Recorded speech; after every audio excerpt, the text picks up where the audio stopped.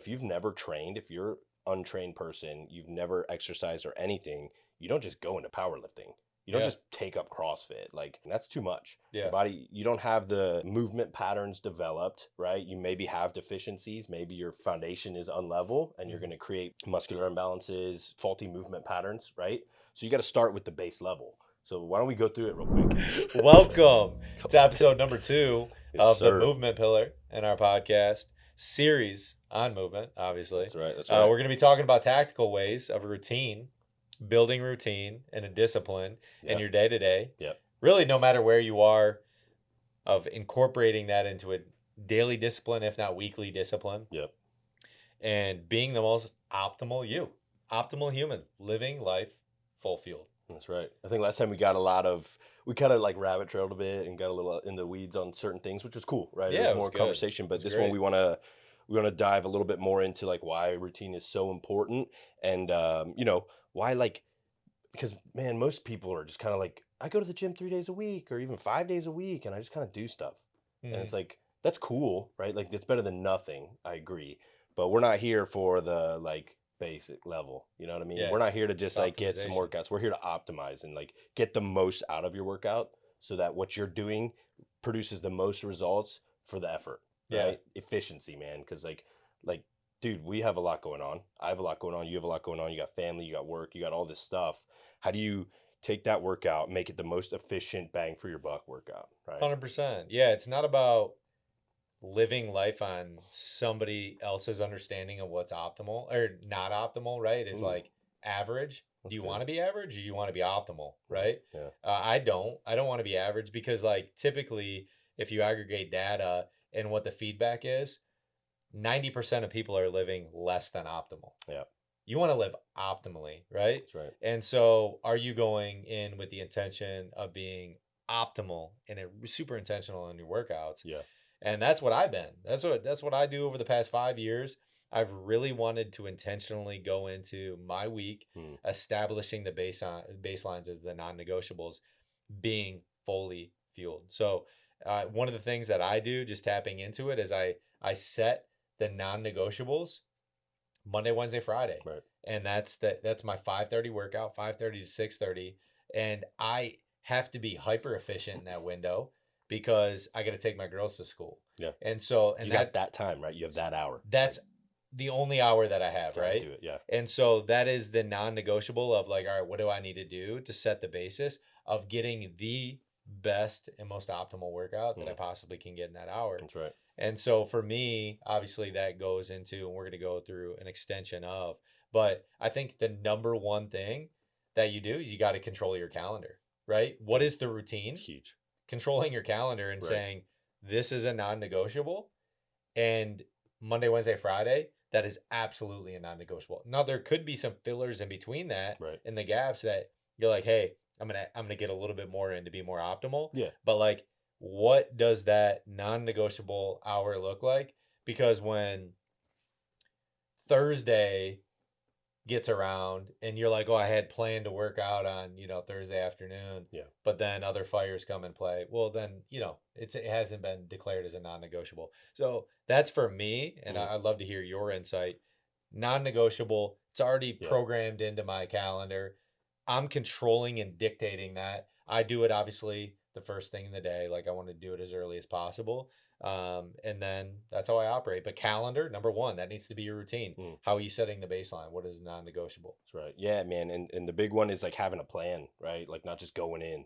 Like I think most people, and I was this for a long time, like started lifting in high school and then got in, like going into college, it was kind of the same, it was like, I was doing just this, what everyone else was doing, what I thought was the bro split routine, like a few days a week, just the same for years, man. And like, I think most people are doing that. They're not really having an idea before they go into the gym. They're just like, I got to go to the gym today. Like after work, I'm going to get in there for an hour, and they just go. And then they're like, they're spending time looking for what machines are open or what they're going to do. Maybe they're on their phone for half the freaking workout. It's like, it's not efficient, man.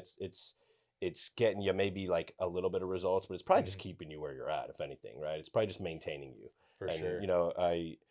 I think that's, for some people, that's cool. Like, and if that's you, man, like good for you. Like, but that's for the people who want to be like at the top percent, man, like you got to do more. You got to be more intentional, like what you always say. And so for me, I write my workouts out like probably a few days in advance, right? Like, and if I'm sticking to a routine, it's like I already know next week what I'm doing on Monday, right? I have Mm-hmm. an idea. I know what exercises are going to be doing, how many reps, how many sets, all of it, right? Like it's set. I'm not just like, I think I'll do 4 sets of chest today instead of 3 because I'm feeling froggy. I Yeah. want to push a little bit more. Like no, like I know I'm doing this amount of sets, and it's because I know in 2 days later I got to do more. So I'm not going to overdo it, be sore as shit for 3 days, Mm-hmm. not be able to go in, be like, I'm going to take off today because I'm sore from last day. That means you did too much. Your volume was too much, right? Mm-hmm. So like having an idea of how much volume your body can control too, I've realized, man, that like I don't need as much volume as I thought. I used to go in and do like 5 different exercises, 4 sets each of 10 to 15 reps of a single muscle group, bro. That's way too much. Mm-hmm. Especially then you do that like twice a week. You're doing way too much that your body can't recover. You're gonna have negative gains at that point. You're gonna end up overtraining, right? Yeah. And then at that point your results will go backwards, or you'll start you'll start to feel like fatigue and stuff like that set in. So I Mm-hmm. mean, for me, man, it's having like the intentionality of like what I'm gonna do that day, but also like what I'm not gonna do that day Yeah. is like overdo it. You know what I mean? And the truth is, like when you get into this like 3 day a week split routine, chest triceps on Monday, shoulders back and buys on Wednesday, and then legs, you that monotony produces less stimulus over time on your muscles, right? So like the same concept with the running we talked about, where if you run the same amount, eventually your body gets better at preserving Mm-hmm. fuel and like dampening that response to the stimulus. The same happens with that, man. Your body's so efficient. They're so smart. Our bodies are so smart. It gets good at being more efficient with that it's not going to get as much out of it, right? Yeah. So it's good to do like 1 month of strength training, 5 reps, heavy weight. Then the next month, maybe you're doing more like higher reps, endurance type training. Yeah. Then you get into some hypertrophy training. Maybe you throw some hit in there, right? Maybe you push a little bit more cardio 1 month, Mm-hmm. right? Maybe you start playing a sport, right? Like challenging your nervous system in that capacity to pick up a skill, Love right? that. Learning skills, dude, that's huge. People who have Yeah. never done like compound lifts, like the CrossFit stuff, man, the results they get like in the beginning is so impactful It's because, insane. dude, yeah, they're putting For their me, bodies, that yeah, happened. through these full body like movements that Yeah. they've never done before. They're learning a skill while building muscle. It's profound impact, man. Yeah, no, I fully agree with that. One thing that I've approached that I think, both of us being NASMs, obviously certified trainers, Yeah. back in the day, even though we don't obviously train now, but one of the big things that I was like, dude, I was a trainer. I got to get a trainer. I have a coach in nearly everything. Yeah. I have a coach. I have a spiritual coach. Uh, I have I have a kind of a quasi. He's like a spiritual and life coach. Yeah. And then I have for business, I have a business coach, and I have a trainer coach that programmatically programs my workouts, right? Yeah. I don't go in, I don't think of those just because I wanted that off my plate. So that's just a different approach. I love your approach because you are being intentional about Right. being super programmatic about how you're going to be working out that week. So you're super efficient. I know myself and like breaking down each workouts. I'm like, I have a bunch of different things on my mind. Yeah. I'm like, you know what? I'm going to rely on somebody else to break that down for me. And then another thing that I like is obviously community based. So that's Mm. why I'm going into more of a CrossFit environment or I go into a kettlebell environment. So I switch mine up. Yeah. Mine are a little bit different where there's a little bit different extension of hypertrophy, amount of weight that I'm going to be putting. Right. Where what I love about kettlebells is kinetic movement, but then what I love about CrossFit is just freaking raw weight, right? Yeah. Yeah. Yeah. So you go into a static, doing some early stuff, and then you go into a hit. So I do enjoy both sides because they operate my muscle groups differently. Yeah. But I would say that from a routine is blocking it out and then knowing you. Yeah. Are you going to be the guy that is going to be super intentional about like maybe even meal prepping and then working out and knowing your workout on a week to week basis? Right. Or you're like, oh, nope, a trainer is better for me. Right. Right. I was a trainer and I realized I need a trainer. Yeah. Right. That's just me. Yeah. And so it's really understanding the cadence and how much flex you do have And so that's how I operate. And it's really, really worked out for me Yeah. where I know I'm getting the max that I can. I'm living optimally. I'm living full field. Yeah. Plugging that in again. Yeah. And then and then really having a strong cadence throughout my week to week. Yeah. So I would say that those two things are really understanding. You got to block it out. You got to know when you're doing it. Right. And then the intentionality comes from, are you going to be programmatically breaking it out where it's written down and you know what you're going into, or do you need somebody else to do that for you? Yeah. And I think for people listening, man, who are like maybe feeling like, hey, I am kind of stuck in my like whatever routine I've been doing. And even if it is something that's more like hit based, like a CrossFit or like one of those boot camp type workouts, try something different. Like that's a challenge, right? Like I'm gonna challenge everyone right now. Like go do something different and see what happens, right? Yeah. If you're doing boot camp workouts for months on end and you're just like this high like Orange Theory type stuff where you're just like this cardio rabbit, just Yeah. going, go lift. Go take a month off from cardio, like full cardio like that. Maybe you can still walk and stuff, but like just go lift weights and pack muscle and see what happens to your body and see how you feel.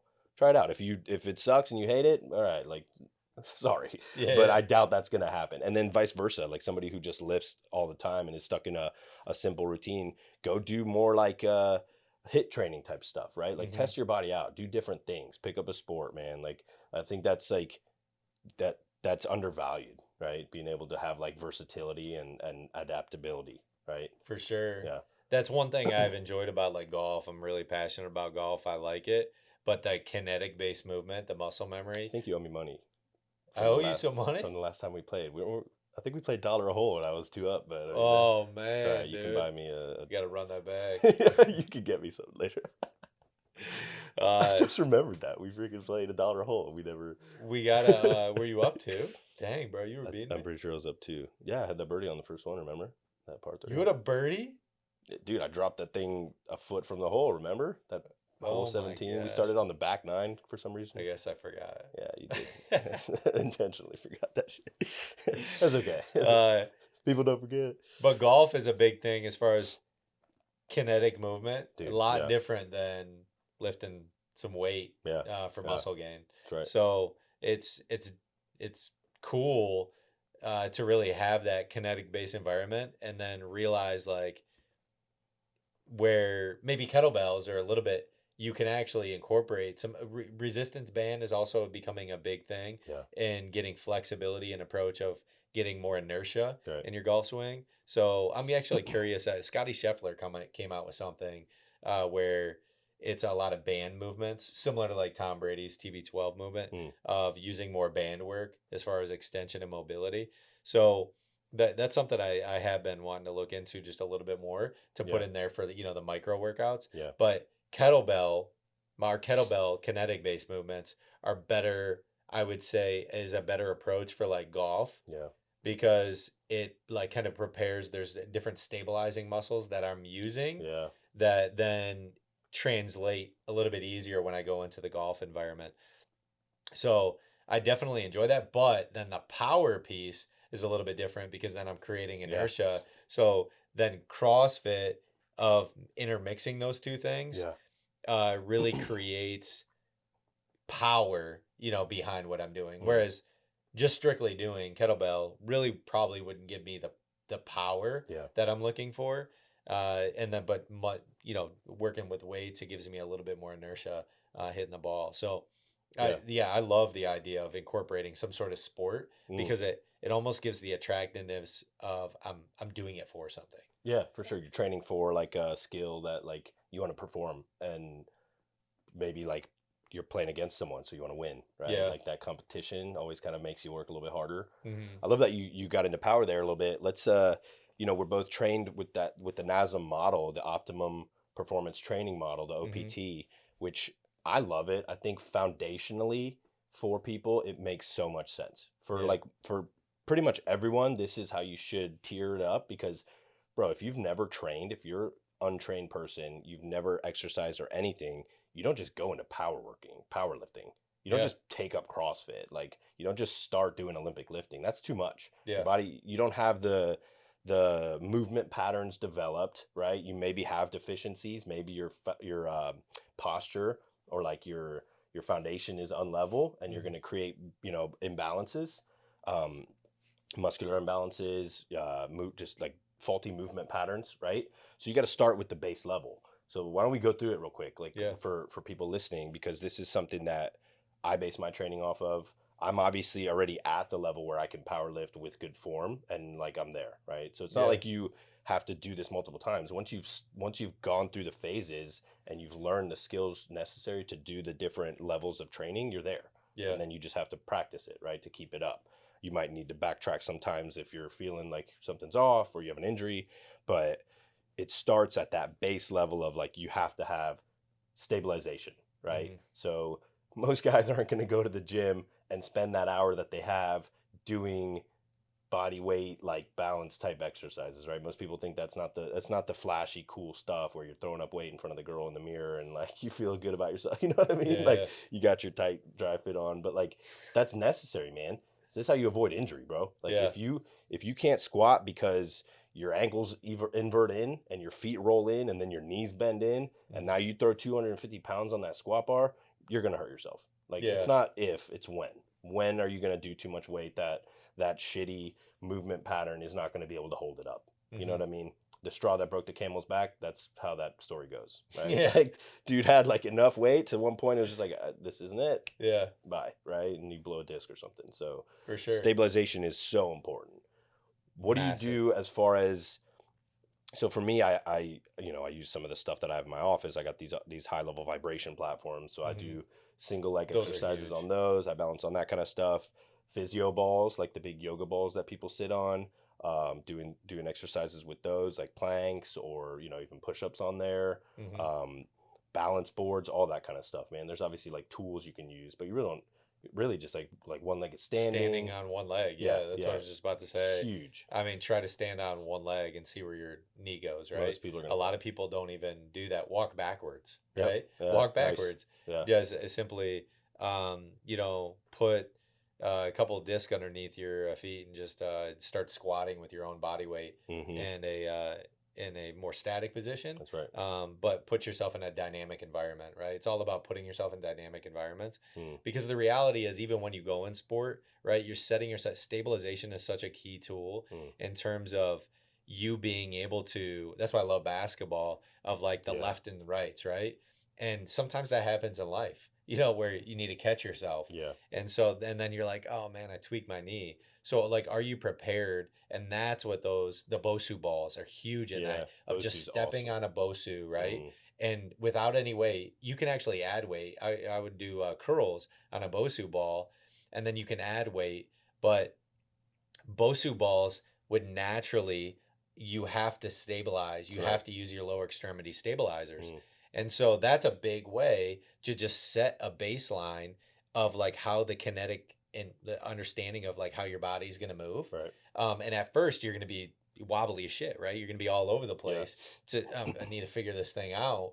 But then over time you're like, oh man, I can add a 10-pound weight. I can add a 15, a 20 of doing curls or even squats while you're doing that. But I love the Bosu ball. Yeah. Even doing push-ups on a Bosu ball is huge. Awesome. Because it works stabilizer muscles within your shoulder shoulders. girdle gets so strong, man. Yeah. It's crazy. Yeah. So those are huge things in really working out, but setting that clear baseline and stabilization before then you work into obviously strength, endurance. Yeah, so that's stabilization's first level at the bottom of the pyramid, right? It's like the base foundation. Then we step into, and I like that you mentioned like sport, because if you just are a runner, or you even just like squat, that's all you do, you're in one plane of motion. You're just sagittal plane forward, right? Versus like basketball, now it's lateral movement, right? Even like some like more like hybrid, like forward and lateral movement, right? Which like if you don't do that, you should train in that kind of stuff. I'm not saying go start playing basketball if you've never played before, but like maybe, right? See what your body can like handle, and try that new kind of thing out, that new skill. Well, a lot of people are playing pickleball. Yeah, that's awesome. It's a big sport. A lot of people are playing pickleball, and a lot of these people, they're like getting into pickleball.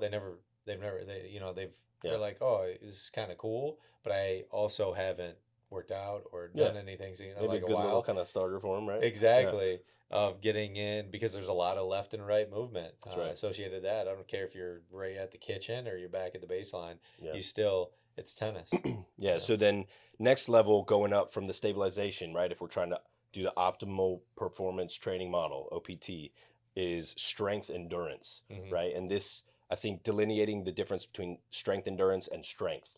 Strength endurance is how long can my muscle lift a weight through movements, right? It's usually lighter weight, but like what is the endurance of that muscle, right? Yeah. So this looks more like training with lighter loads, right? Say if you're max bicep curl, you do eight reps of 40-pound dumbbell, dropping it down, doing like a 10-pound and doing up to 50 reps, right? So you're in Right. a higher rep range in this phase. 25 to 50. 50 is pretty high, but 25 is a good base for Yeah. that, right? It's and endurance is so important, especially when training with legs, for posture, right?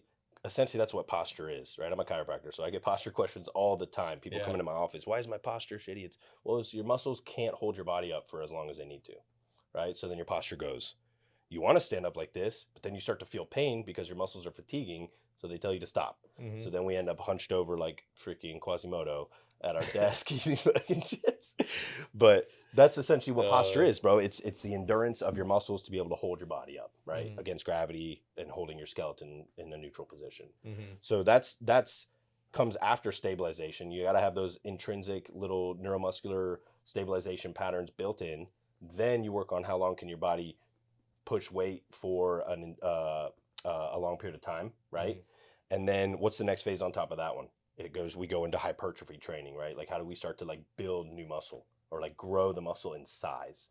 Hypertrophy, right? Trophic change is size, right? So how do we grow the size of the muscle, which is what I think most people are going to the gym for, Yeah. right? Or like most guys that we're kind of talking to here are looking to build muscle, grow the muscle, look more jacked, right? Yeah. But you can't neglect the other two That's phases what and I am. just jump I'm into just that, going right? looking jacked. Yeah, just trying to look good with your shirt off, bro. Just GTL, baby. go Hulk on them. But GTL, Gym Tan Laundry. yeah, and so hypertrophy, other than just making you look good, has Hmm. benefits as well, right? Like it was thought for a long time that you didn't actually like gain new muscle, but that's false. Hyperplasia is when your body produces new muscle cells, which does happen in conjunction with hypertrophy training. So over time, you can build more muscle Hmm. and consequently grow that same muscle tissue, right? Make it more dense, fill it with more mitochondria, with more blood supply, more like actual amino acid structures that grow the size of that muscle, right? Yeah, And so that's the a big tissue. thing, just piling on nutrition there. Typically, if you're going to be in hypertrophy, you got to aid muscle growth with a component of like nutritional balance, which is like obviously protein, Adequate because you protein need adequate protein, adequate amino and acids carbohydrates to too. really accelerate carbohydrates as well, Important, yeah. for sure, without a doubt, being well rounded in that. But you got to pack on caloric consumption Right. in order to create muscular density. That's right. In terms of like strength endurance, what is so? What is the difference? You were building onto that, but what is the difference between the two? So strength endurance is something that you can do almost like max effort at, right? So give an example of something that's strength endurance versus an Mm. element of hypertrophy before we go into obviously the fifth pillar being maximum strength power. Yeah, so strength endurance again is like your body being able to do a repeated motion for a long period of time. So I Right. mean, this could look like sport, right? Like basketball, or like you have to jump and you're jumping. That's using a lot of muscles in the body. That's a type 2 muscle activation, fast twitch to propel you up. Like how many times can you do that? Or Over like and over and over right, and or over like again. box jumps or like body weight squats, right? Something that's not that much of a load that you can only push it once or twice, right? That's max strength, You're which is right. the next level after hypertrophy. Max strength is how heavy of a load can I push for a max effort, right? That Hmm. 1 RM kind of ideology. Strength endurance is the opposite of that. It's like how long can I do this lighter load? Like how much endurance can I put that for, right? So that's the difference. But you got to Beautiful. have that as a base foundation before you start pushing max strength, or you're going to get hurt, right? Yeah. So it all sets the stage. I love the build up, right? Yeah. And so hypertrophy is making sure you have enough muscle on your skeleton to support that max load that you're about to push, right? So that's why hypertrophy comes before max strength. Huge. Because if hypertrophy was after max strength, you'd be going to lift all this heavy weight. You don't have Hmm. adequate muscle on your body, you're going to get hurt, right?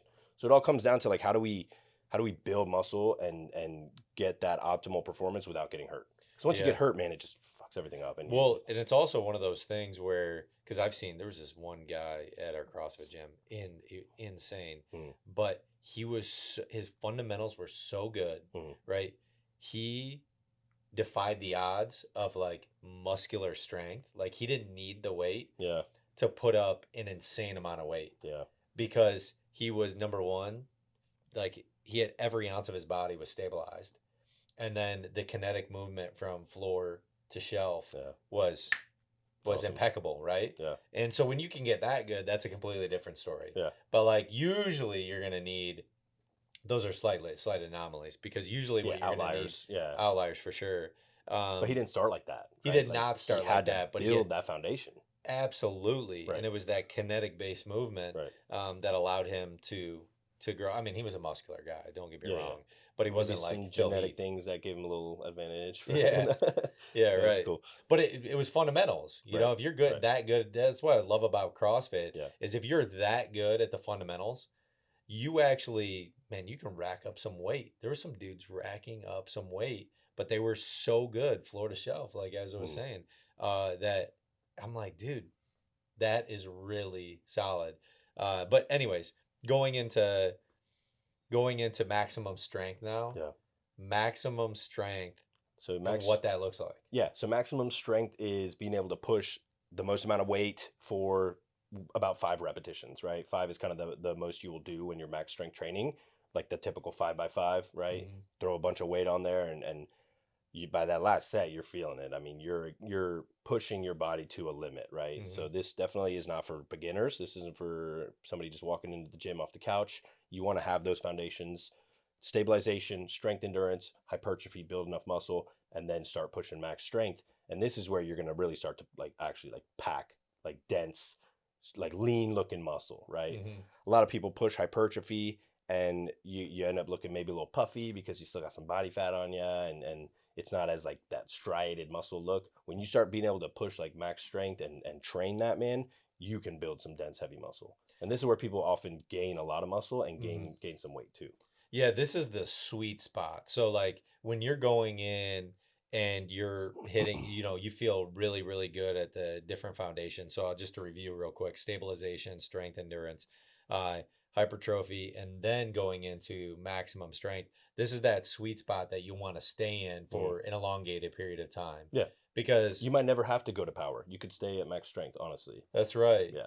That's right. Because when you're testing, so like power is more defying the limits of what you expected, right? Those It's are like what they call performance, PR, right? Yeah. more performance based. Right. Hey, I want to set a new threshold here, Mm-hmm. in terms of where I'm at. But maximum strength is really that sweet spot of, hey, I really want to continually getting stronger. I want to create the discipline of just continually Yeah. working up and building on new muscle. But that power is really you're setting new red lines. Right. Yeah. And you're getting even, obviously even stronger. And it's cool to do, but I want to talk the difference between maximum strength and power because of Right. how Olympians, they'll go 2 years without hitting a new PR. Yeah. Because they'll stay in that maximum strength area. Building a foundation, a nice strong base. Yeah. And then maybe a year out, 6 months out, maybe even closer to, they're hitting new PRs. Yeah.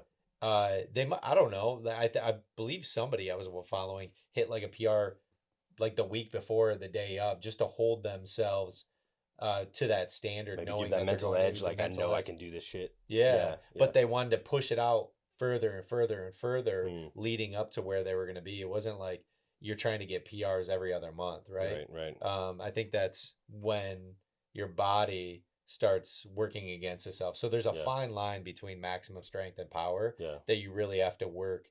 You have to be really, really in tune with your body. Yeah. So power building on top of max strength then, right? You want that max strength base, so now you can lift heavier weights for that.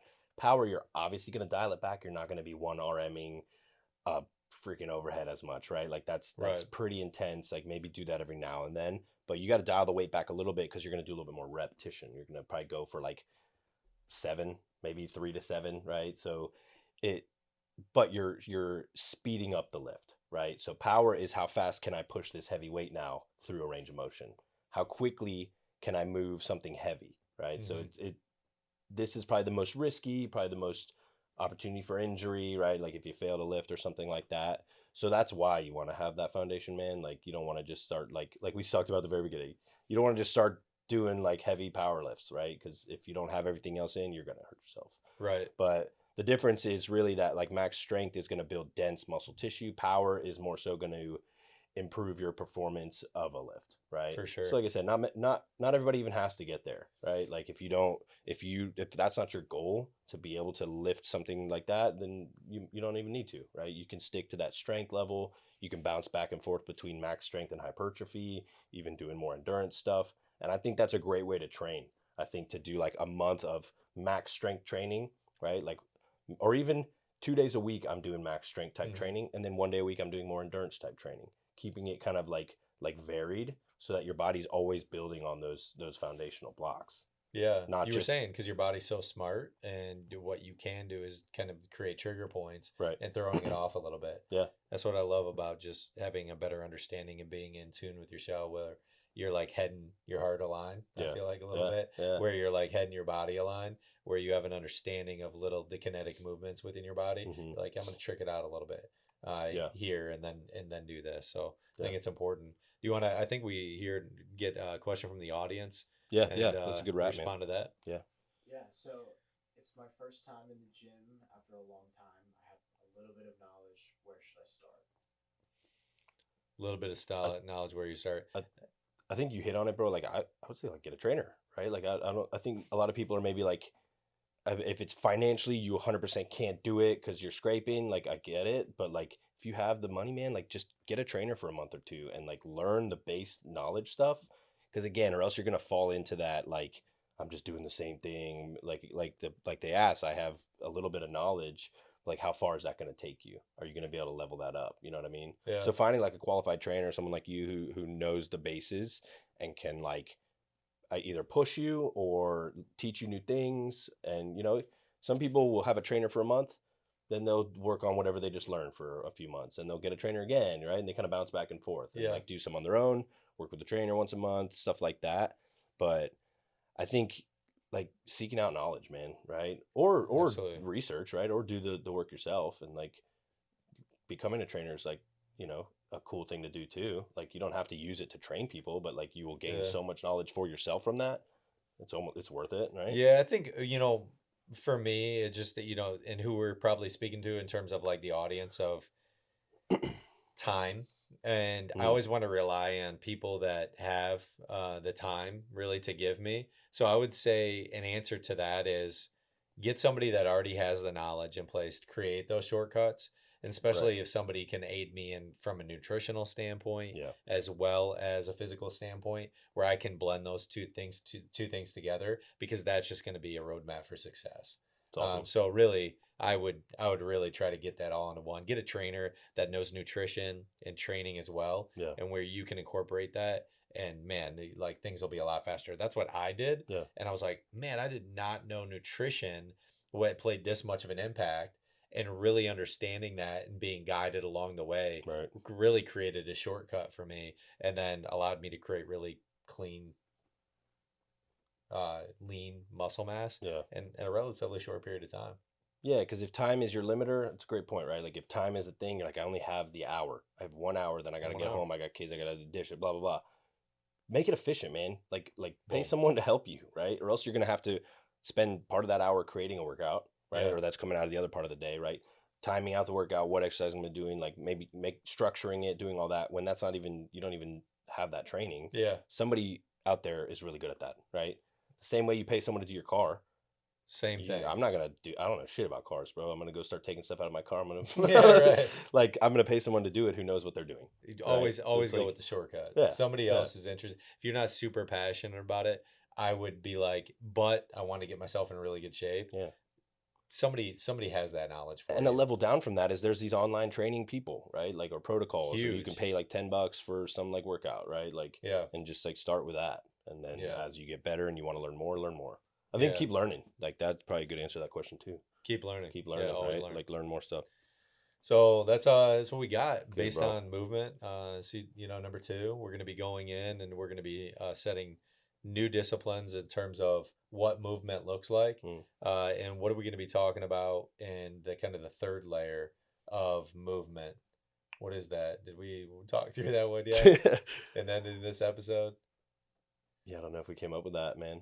We could uh, we always can cut this out, we but can probably cut that one, but well, episode number 3 of movement, we'll go into maybe we'll bring on a guest yeah, for that that'd be one. great. I'd love to bring on someone who can speak more onto what we just talked about, like why hire a trainer and the importance of it, right? Yeah, I That'd be think awesome. that's and maybe even the community aspect, Mm. which is like where I thrive in, is knowing somebody like they're even though they're counting on me, but they're not counting on me, Yeah. right? I was talking to a guy the other day that I was coaching, that like what gets him to get up in the morning is that they're still like counting on me, right? Yeah. If you don't show up, you're gonna hear about it. Yeah, Right? you're gonna hear about it. So it's one of those things, and we'll incorporate that in. So Cool. into the design of our next one, we'll bring on somebody. So cool. That's Awesome, what we man. got. Episode number 3, a movement. Live. Live full fueled. Live it full fuel.